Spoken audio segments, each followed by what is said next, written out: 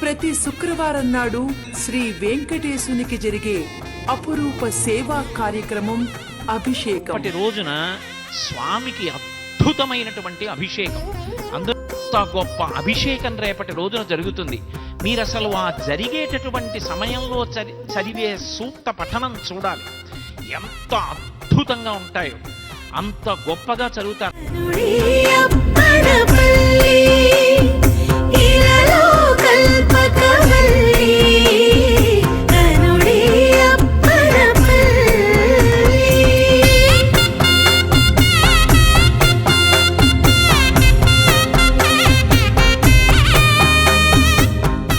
అభిషేకాన్ని ఏ కారణం చేత ఎవ్వరూ వదిలిపెట్టుకోకూడదు.